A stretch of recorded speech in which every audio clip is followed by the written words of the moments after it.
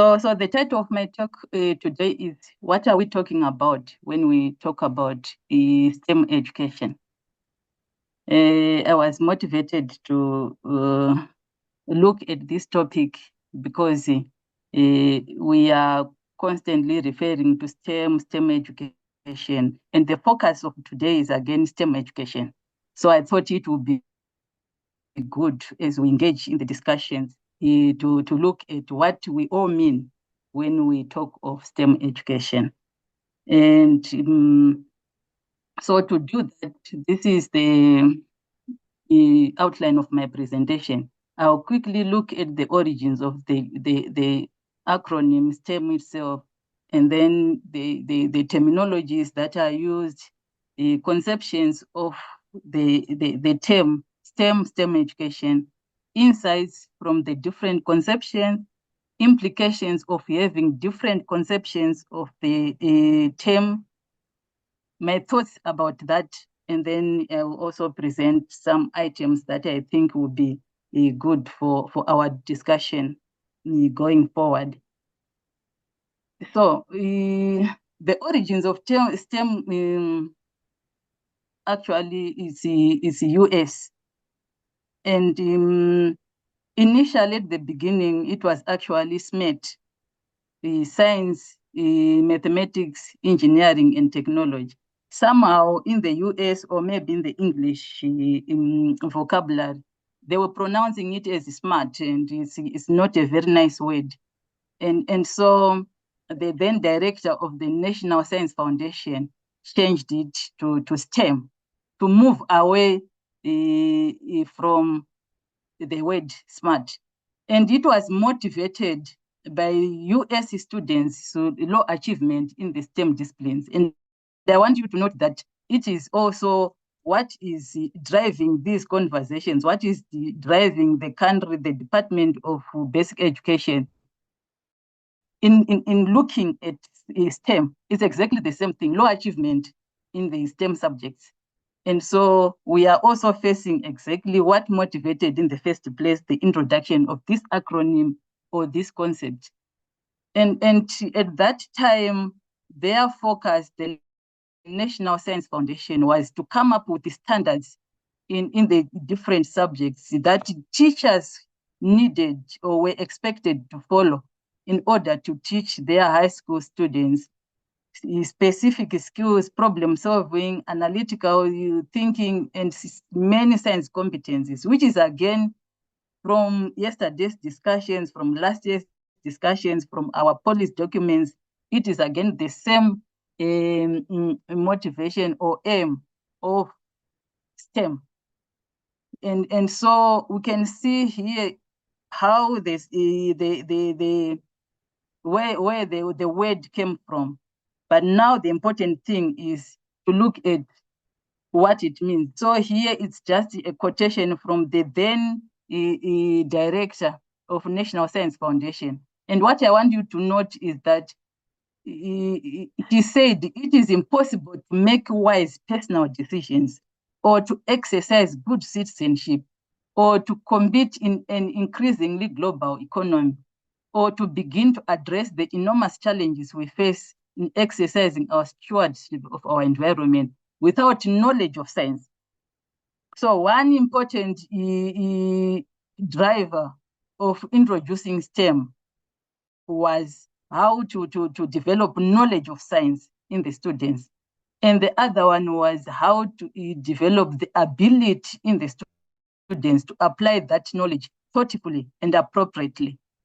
And from the discussions, I can see it's still also in the South African context, the same aim that we have.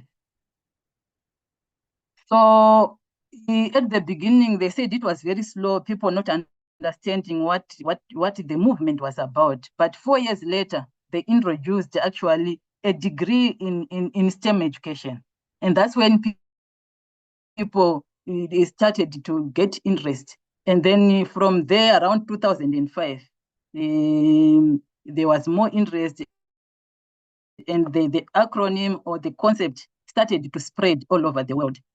And when I surveyed the literature, there is a proliferation of this. All this is the words that you can see now on the screen: STEM identity, STEM training, STEM careers, STEM education, STEM literacy, STEM competencies. So now it's very difficult for one to understand in a conversation when someone is saying STEM or just STEM, what exactly do they mean? So today we are not looking at all those STEM terminologies.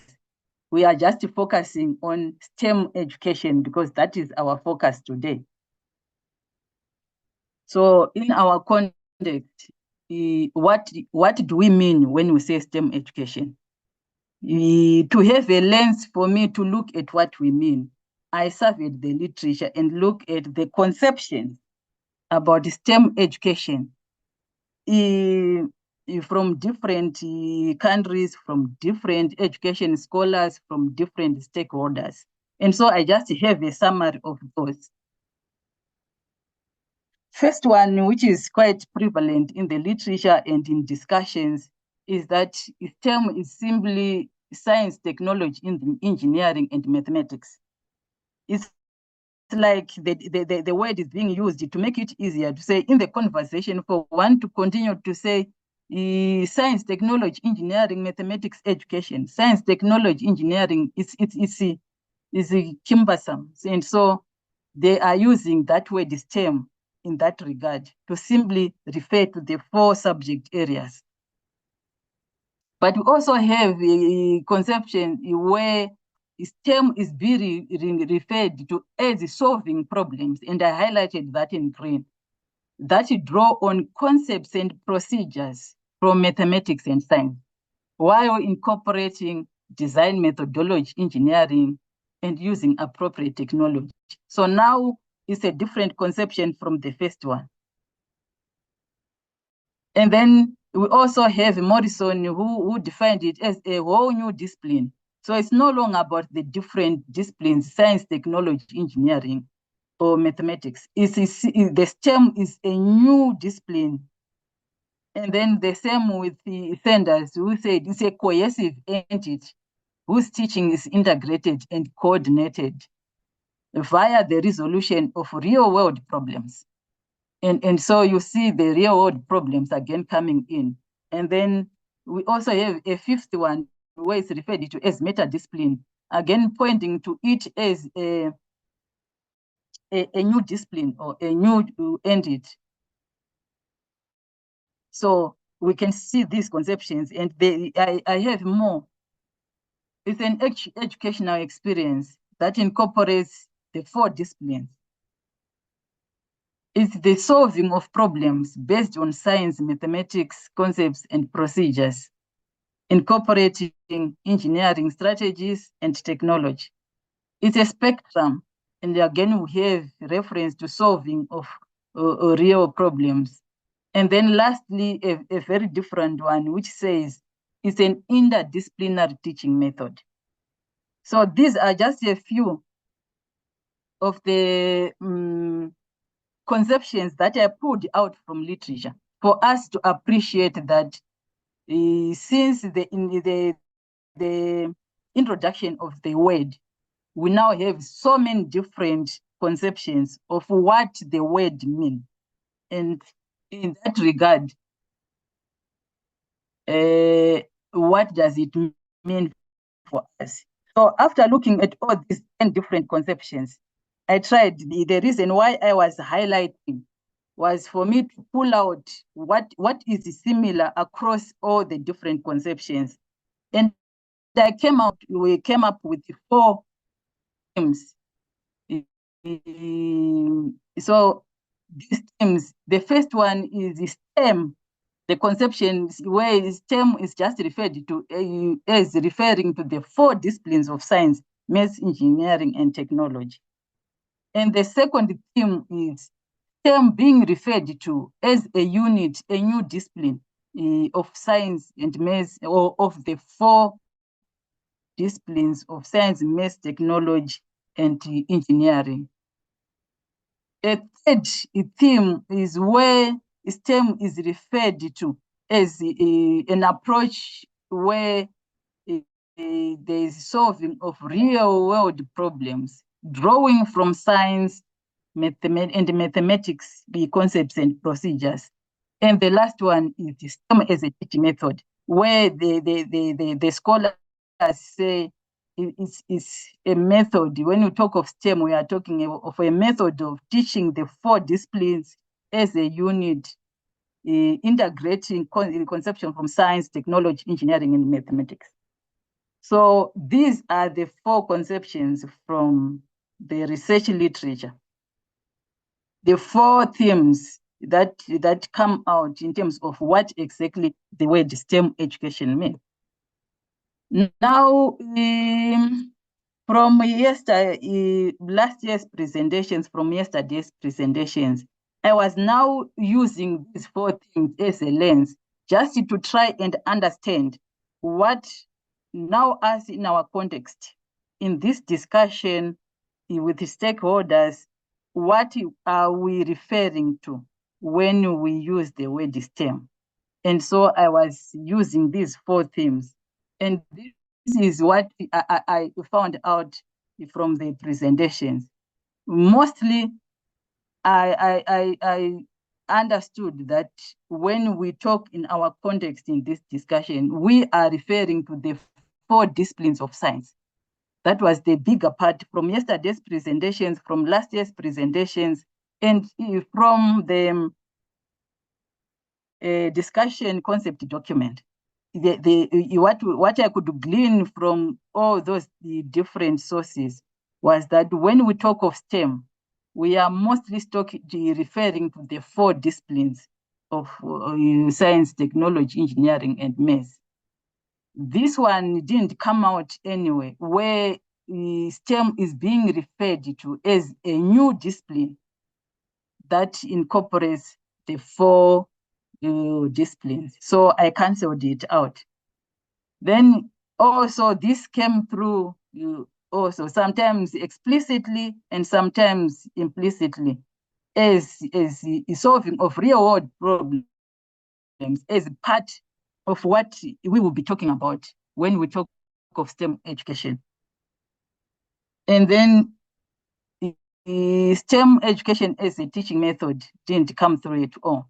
The last one that came through and is very important for our discussion today, for me, is quality education. Why there was no reference to quality education, but when I look at the discussion, for example, by Director Campbell yesterday, from the concept document, I could see that behind everything, it was about quality education. I want you to take note of this because I will come back to it. In addition to that, just like when I surveyed the literature, from yesterday's discussion, there was from yesterday's discussion, from the concept document, and from last year's discussion, these are some of the terms that were interchangeably being used. STEM, STEM education, STEM teaching, STEM subjects, STEM skills, STEM elements, STEM learning, STEM fields. And so I was looking at trying to figure out to understand where each of these terms is used, what exactly is being referred to here. So I do have my own understanding, but I cannot guarantee that this is the same, and my understanding is the same understanding of those who were using these words. And for me, this is problematic.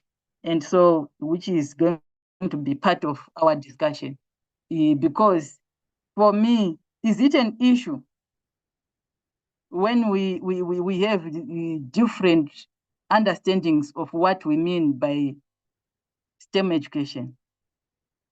Is it an issue, or is it not an issue when we have so many different terms that we are referring to, and we can't guarantee that we are communicating the same thing?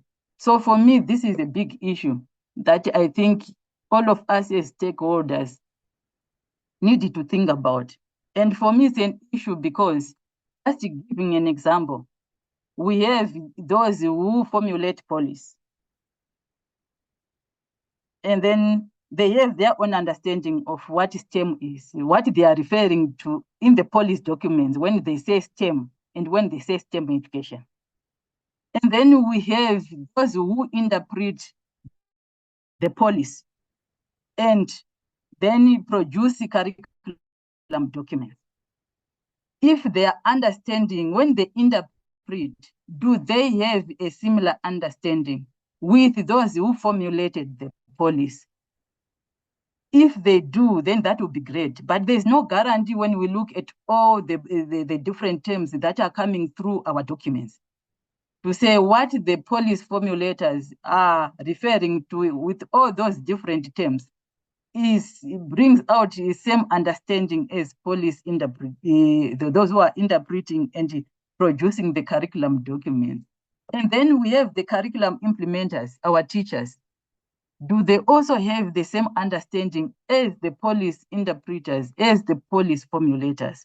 For me, this is where the issue is and why it is crucial for us when we use STEM education and STEM skills and STEM elements to make sure that we are saying the same thing. And this is something that we need to say, how do we achieve that?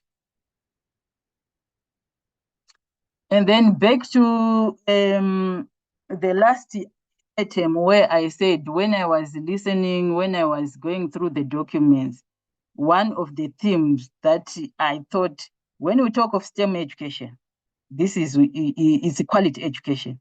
So I'm coming to that now. For me then, from yesterday's discussions, from last year's discussions, from the concept documents, for me, STEM education, what we are talking about is just quality education of the STEM subject. We are all motivated to achieve quality education of our learners. And with the quality education, we need to quality teaching of the STEM subjects at the center of that quality education. And then quality education can only be reflected and achieved if we have quality teachers. So teacher quality is central to STEM education.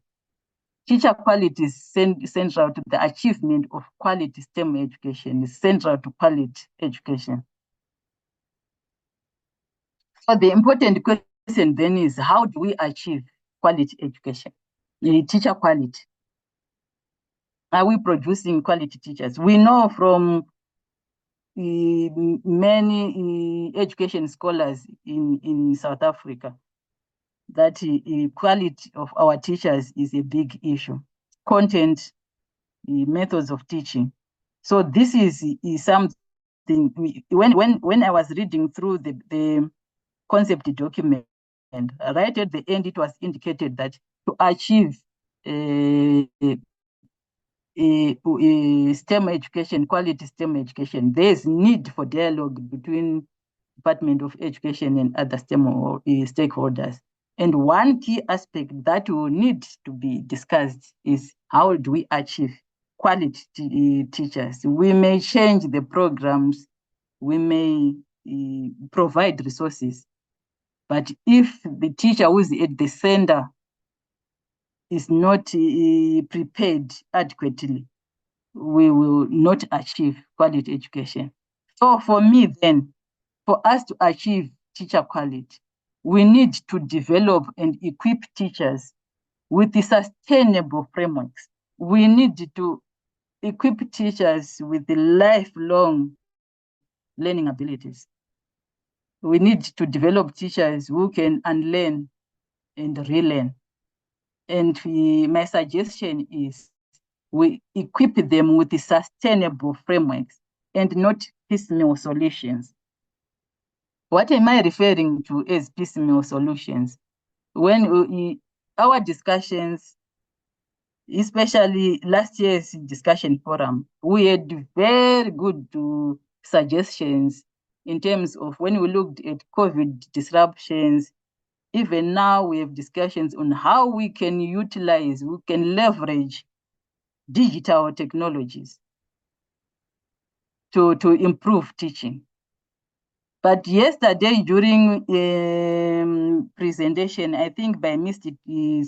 Sotes, if I'm correct, we had issues with signal or with connection connection issues, and someone wrote in the chat that just imagine this happening with the teacher. So suggesting while it is noble and important to suggest leveraging digital technologies to improve teaching and learning, context matters. Who our students matters. So at the moment, most of the time we are suggesting specific solutions.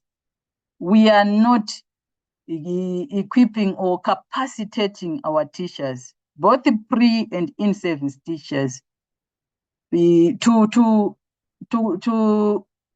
do what is best in their context and with the resources that they have. So that's why I'm suggesting that one of the things that we need to discuss as stakeholders and think about is to come up with frameworks that will make our teachers lifelong learners. And that's what I'm referring to as sustainable frameworks.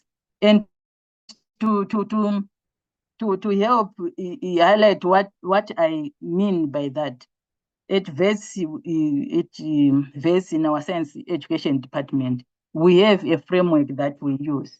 And I'll talk through it as an example of a sustainable framework.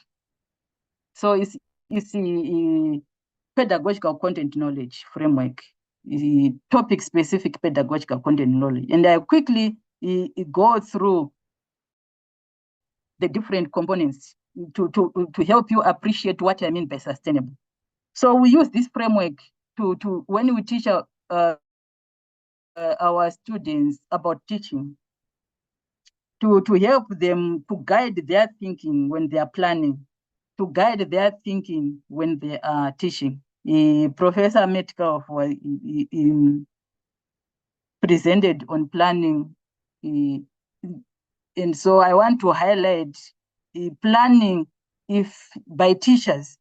If it's going to achieve quality education, if it's going to improve STEM education, it must be intentional. And if we provide piecemeal solutions, it's very difficult for them to have that frame. So with this TSPCK, I want you to look, the first one, we are talking of knowledge of context. Context matters.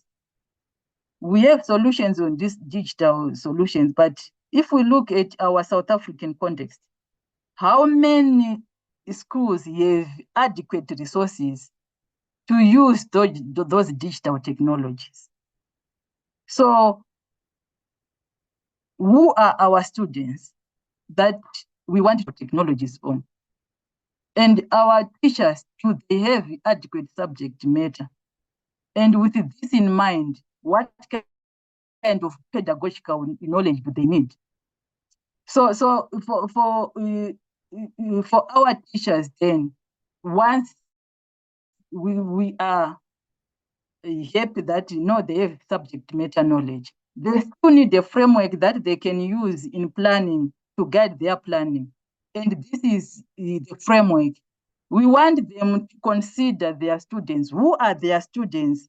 Because students in rural areas, their needs, their prior knowledge, their competencies are completely different to students in townships, to students in private schools, in well-resourced schools. So a teacher should always, it's not one size fits all. Every teacher should know who is my student. And then every teacher should consider curricular salience, what is difficult to teach, representations. And I'll go to the next slide to show you what we mean by in detail by these terms. So as an example, here we have these components: students' prior knowledge, curricular salience, and the rest. But I will talk to students' prior knowledge, curricular salience, and conceptual teaching strategies to show you why sustainable framework will work. So if every teacher, when planning, be it a new, if we look right now, we now have robotics, we have computational thinking. And if we look at our students that we are training, we are not even teaching all of them about, it's just a fraction who are being taught about robotics and computational thinking, and may be expected to teach these subjects after qualification. So we cannot prepare them to teach everything, especially considering the world is changing at an alarming rate. The content that needs to be taught is changing every now and then. So we need to equip them with sustainable framework. And here, when we talk of curricular salience, we want our teachers, when they go out there, it doesn't matter which topic, when they are planning that topic, there are certain questions that they should always ask. Okay, I'm teaching this topic. What are the big ideas for this topic? Be it maths, be it life sciences, be it physics, chemistry. What is big about this topic? What is important? And then what is it that I want learners to learn about this? Why is it important? I want especially to emphasize, why is it important for learners to know about this big idea? Because every time when I'm using it myself, this is where I think of the stakeholders beyond us. What are the skills that are expected by those in industry? That should inform why it is important for learners to know this content that they are teaching. So if the purpose is to develop certain skills, then the way I'm going to teach should be informed by that. Then when I was looking at the conception that STEM is now a discipline about solving real problems, those scholars with that idea seem to have been silent about the importance of having the content before the learners can be in a position to solve the real world problems. And therefore, it is always important for the teacher to say what concepts are needed to be taught for learners to understand this big idea. And so this is where, if the teacher is to integrate maths, science, and technology, we will think of the concepts from maths that are required. For example, when I'm teaching, and I'm teaching about the skeletal system, when I'm looking at joints and muscles, I know they need knowledge of of physics in terms of forces. And so I will make sure they understand the pivot, fulcrum, those concepts, because they will need them to understand how the body brings about movement, the muscles, the joints, and the bones. And these questions help me to think about those concepts that will help my students or learners to learn. If I'm teaching about the nervous system, there's a lot of chemistry concept. It's about electrons. It's about electrical electrical signals passing through the nerves. And so I know for them to understand that they will need these physics concepts, they will need this chemistry concept. But I need a framework that reminds me every time when I'm planning. And this is where these questions come through. The second one that I violate is learner prior knowledge. Simply say use robotics or use digital technology. You need to know what is it that learners are bringing into class. So if our teachers are able every time to say what is the prior knowledge that my learners are bringing in, they start from there, including the misconceptions. Then teaching strategies. This is where, from my own point of view, we are spending time on, which is noble, which is good, teaching strategies. We are continuously providing our teachers with teaching strategies, how to teach with technology, how to do this, to teach this way and this way. There's nothing wrong with that. But context matters. Context matters. While we are providing our teachers with that, we need also to highlight to them, they need to consider who their students are. They need to consider the context. And so the question for that is, what teaching strategies can I use to effectively teach this? Some that we provide them with will not work in a particular context with the specific students. And the last one is assessment. So here I'm just indicating what I mean by this statement, to say, for us to achieve STEM quality, it is the STEM education that we are fighting to achieve. It's about quality teaching. And for our quality teaching to be achieved, it's about developing in teachers or developing them or providing them with sustainable frameworks. And this one is one of them that we use at the university with these prompts. And so as part of the discussion with the Department of Education, it is important for us all as stakeholders to think, this is just one example of them. Other education scholars may have different frameworks, but the bottom line is we want to provide our teachers, in-service and pre-service teachers, with the frameworks that will make them lifelong learners, that will enable them to unlearn what we have taught them, which may no longer work, and relearn to move with the times of the fourth industrial revolution. Right. The last thing, I'm coming back as a part of the discussion to say, to again highlight that STEM education is just quality education and quality teaching and learning of STEM subjects using contextually relevant and available resources. Making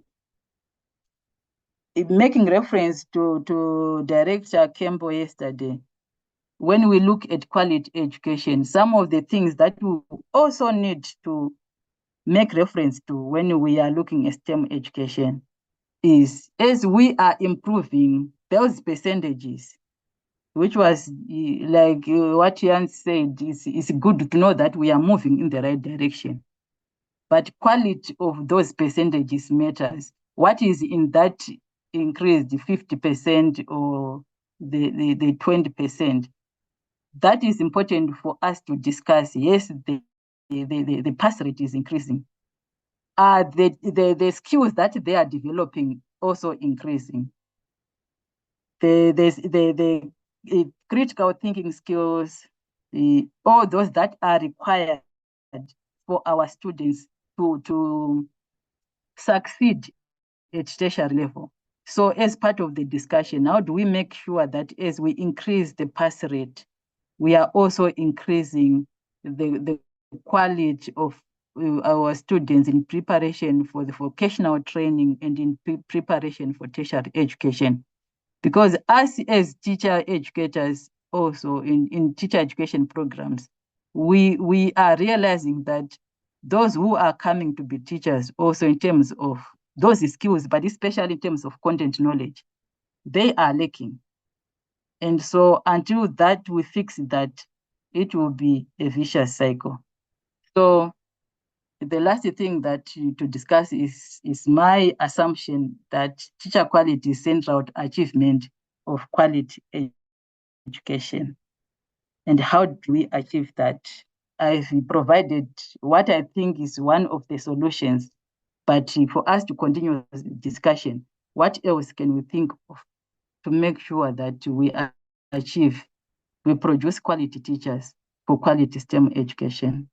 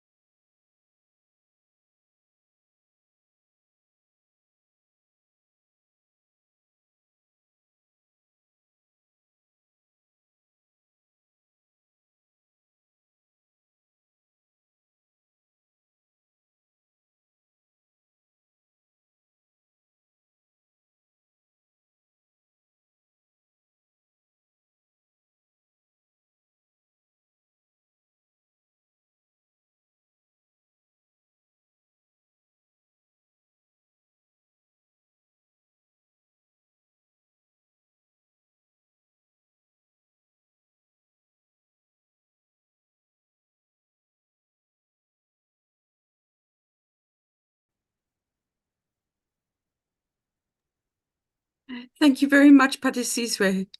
That would indeed be wonderful if the teaching of the different subjects could be integrated and that they could speak to each other. So I agree with your ideal. The practicality is another issue, but it has been done, in here and there on occasion, and it certainly would be wonderful if we could have that in our schools. Davi Botha, you have your hand up. Again, from the co-chair of proSET, my congratulations to the speakers of giving us this insight, if you like, and not only one of them, but all of them. What impressed me with the last speaker is the sort of integration of real life with maths, science, technology, engineering, etc., etc. Because that's important. If you teach mathematics, there must be a reason why you teach it. And to make sure that the teachers who teach those subjects understand why are they how are you actually utilizing mathematics in the world of engineering? And there's some very interesting examples which I won't go into. For example, graphs, etc., to interpret mathematically what you've been experiencing or what you've been measuring in terms of, let's say, civil engineering.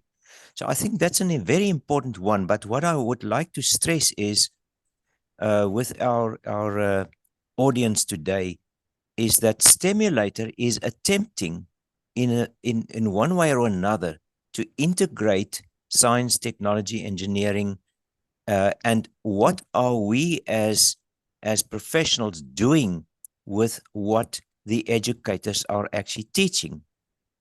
And so I would encourage the educators, and obviously we have a program to go to schools to demonstrate the Stimulator, is to encourage all our educators to go into Stimulator and look at the interrelatedness, I don't know whether such an English word, of systems, etc., and where do they fit in, and to relate that to the maths and science. Now, this morning at our annual meeting, Richard Gunnarsson, who was leading up the Stimulator program for us, in fact demonstrated that the table of elements, for example, how does that relate to the real world?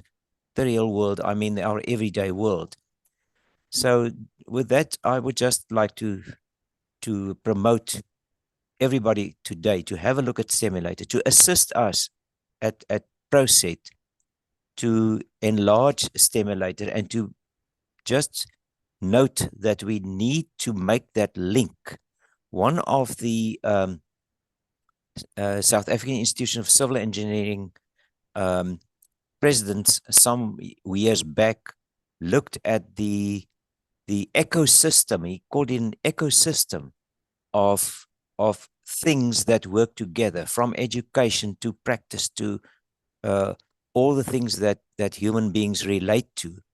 And I've just been thinking I should send that to Yancy to distribute, and he's actually talking the same language. It must be integrated. You can't teach maths without knowing why do you teach maths and what that maths mean in the real world. Thanks, Yancy, and thanks to our speakers. Thank you very much, Davi, for giving us, as it were, a conclusion there, and also for raising the Stimulator. Everyone, that is stimulator.org. It's on the internet. Just go to stimulator.org. It's also an app that you can download from the Play Store.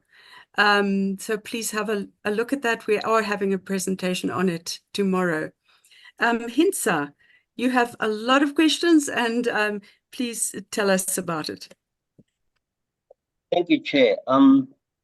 I'll just ask 2 questions, and if you if the other people want to respond to the others, they can. I don't want to hog, the discussion.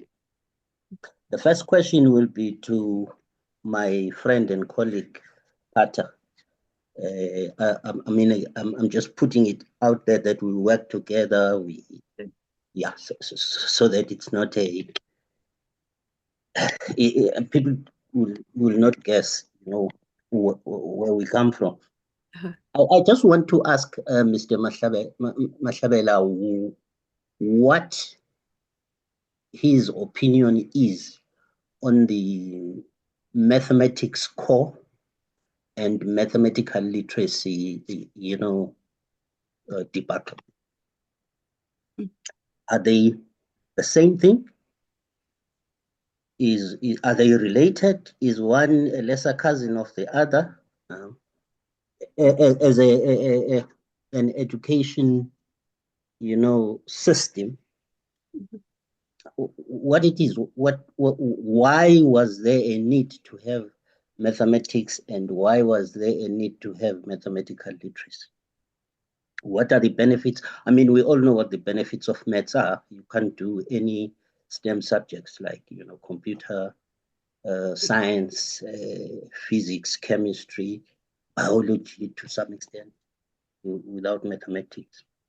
I have always been trying to understand, because mathematical literacy is a new subject. So I hear. I did, in my days, I did what was called arithmetic. And then somebody told me, no, arithmetic is not the same as mathematical literacy. That's the one. And I know that Pata is an expert, and this is a very safe environment. He can tell us what the thinking was behind mathematical literacy. And Chair, this is directed to you. You've been in this environment for quite some time. And if I'm not mistaken, your retired DG, Dr. Mtwaha. Yes. Yeah. And I understand, having been involved with the NSTF in the early 2000s, I knew what the direction the NSTF was taking. The reason I asked Professor Metcalf, because he also was both, in the political and the educational. I mean, she is an academic, but she was also a politician. Yes, indeed. Then I think we should be honest about these things. And not try and say, if the issue of separating the two, because it has come with a whole lot of problems, of separating education. Some people were saying it was too big and unwieldy.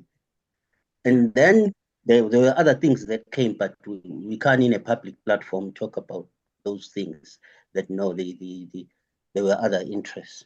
And here we are now, and we are having a plethora of problems in the issue, in the field of STEM.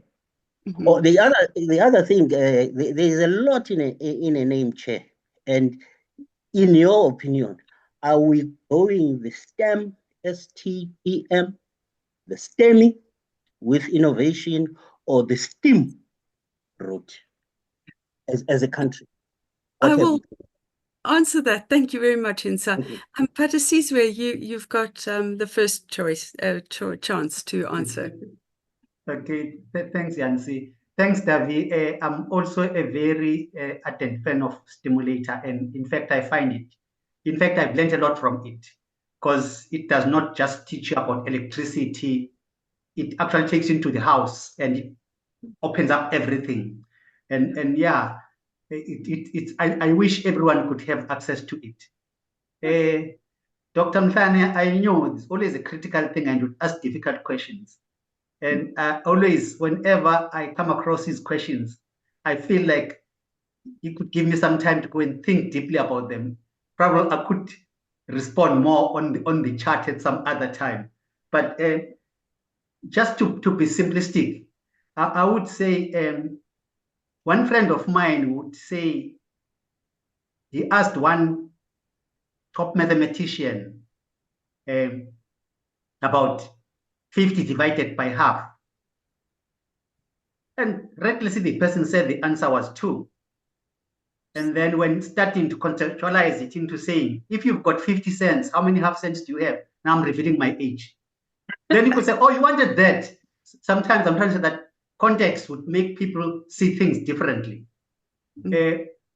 For me, I would say I did maths up to, and I majored in university, but I discovered that I did not know maths when I started teaching.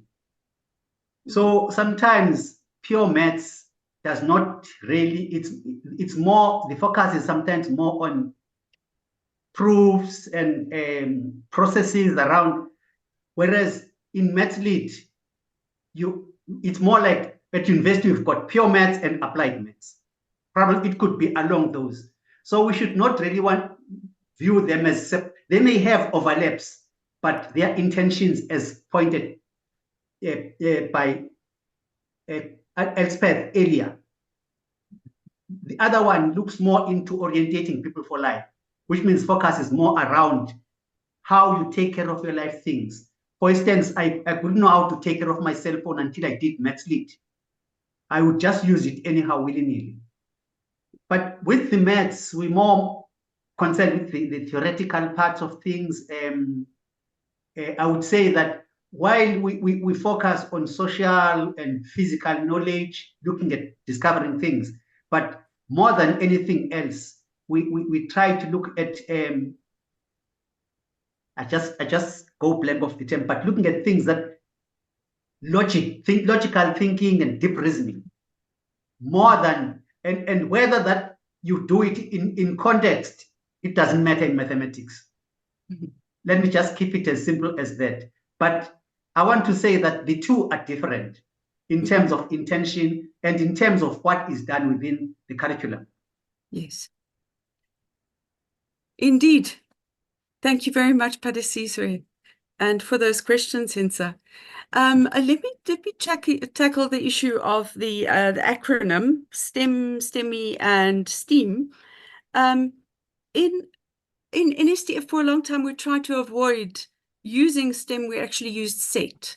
So, and we still use it, science, engineering, and technology, with the assumption that mathematics is part of sciences.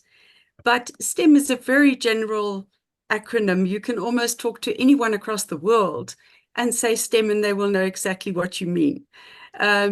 So we settled on STEM when we're talking in the educational context.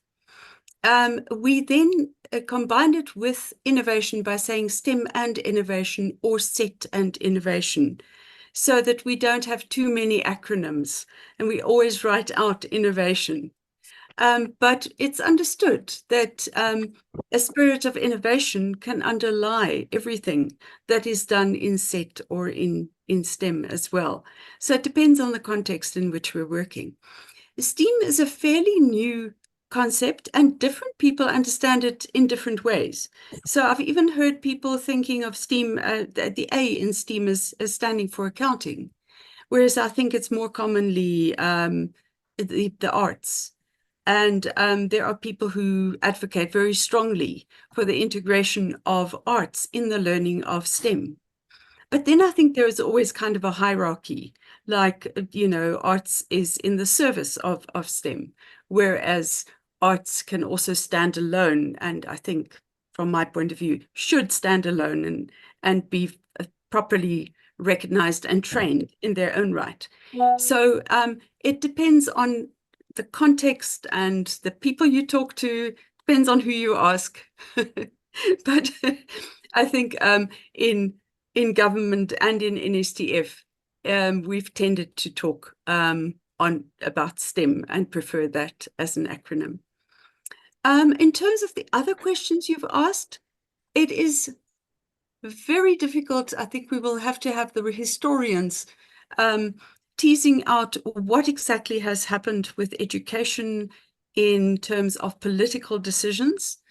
Obviously, The political decisions that have been made have had a huge impact on how education has developed in South Africa. I think that certain mistakes have been made. But one should also say, where do we go from here? So if we need colleges that train teachers and nurses, then those should be established, right? If it was a mistake to close them, if it was a mistake to integrate certain institutions, how can we make them work even if that was a mistake at the time? How can we go forward and work with them productively? Because it doesn't help that we go back and blame people. We all have to take hands and move forward. I'm sounding like a GNU. I'm sounding like a government of national unity, aren't I? We have come to the end of our time. In fact, we're a bit over the end of time. People are starting to leave. Is there anything burning that still needs to be addressed?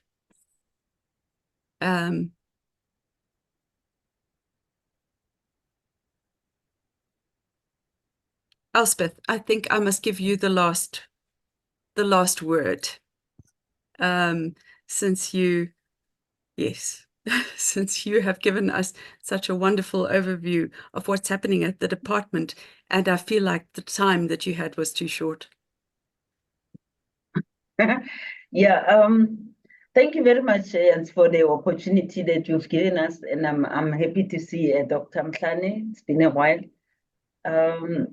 There's a lot of things that we are doing. We had a strategic planning at the DBE on last week, Wednesday and Thursday, and looking into the new GNU as you're looking at it, that they're planning around the 3 priority areas that they have identified as,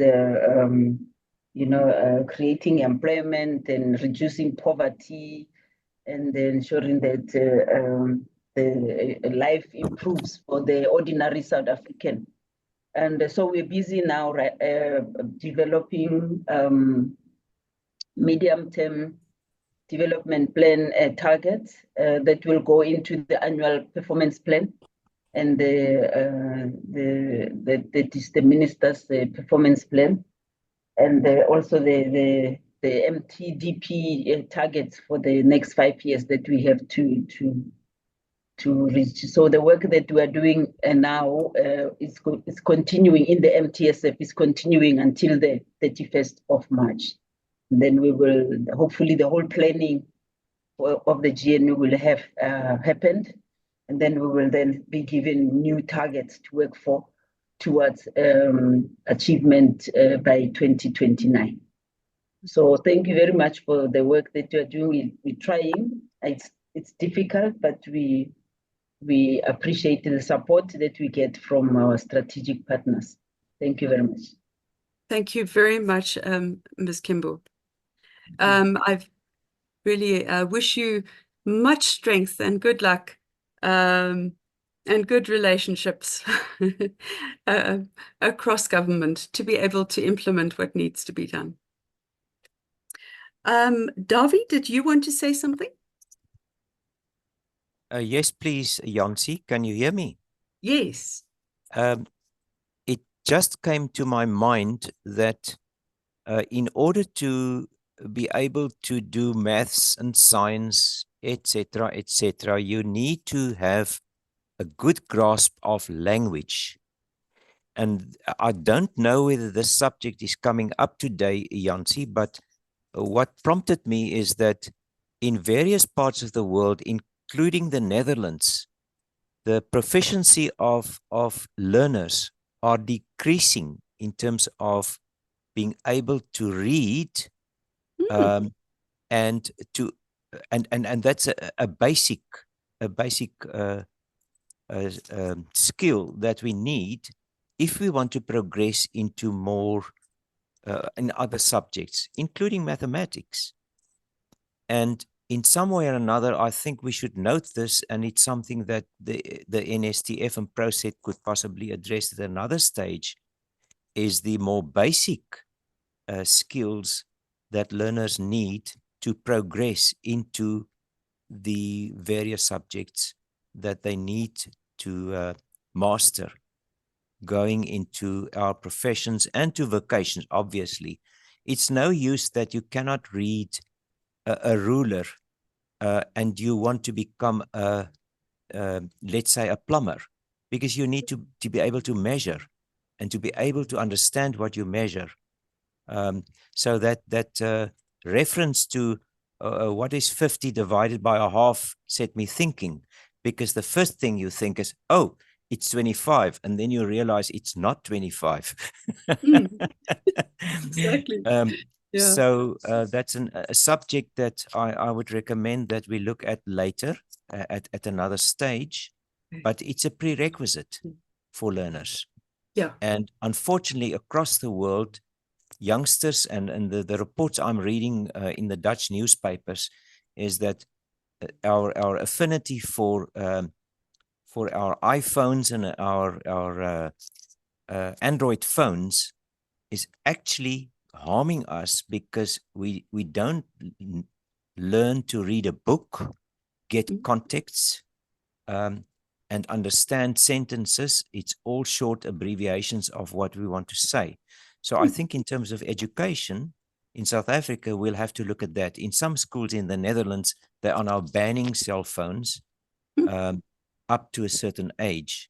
And being old school, I actually support that. There should be as little distraction in the schoolroom as possible.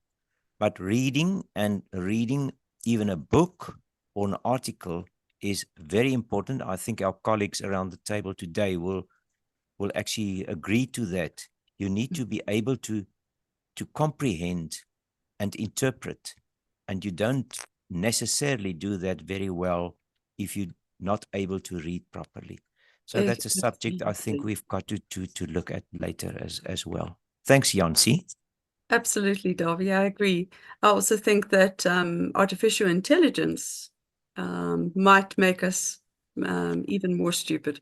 That we depend on AI for summaries, to summarize for us, rather than reading the entire thing, like an entire book or an entire article. And so, I don't know, things might get worse before they get better, but it certainly is worth addressing and talking about. So on that note, I want to thank everybody who addressed us today. Thank you very much, Ms. Kimbu, Tsotsetsi, Patasizwe, and the others in their absence. And thank you very much to all our attendees, who numbered more than 100 at some stage. And we still have some people in the Zoom who have been listening to the discussion. Please be in touch with us. If you want to tell us anything, you have a chance to do so. You can send us an email. You can fill it in on your survey, which you will be receiving today. And once again, all the information, the presentations, will be on the NSTF website, nstf.org.za. And with that, I wish you a good rest of the day, and I hope I see you again tomorrow. Bye.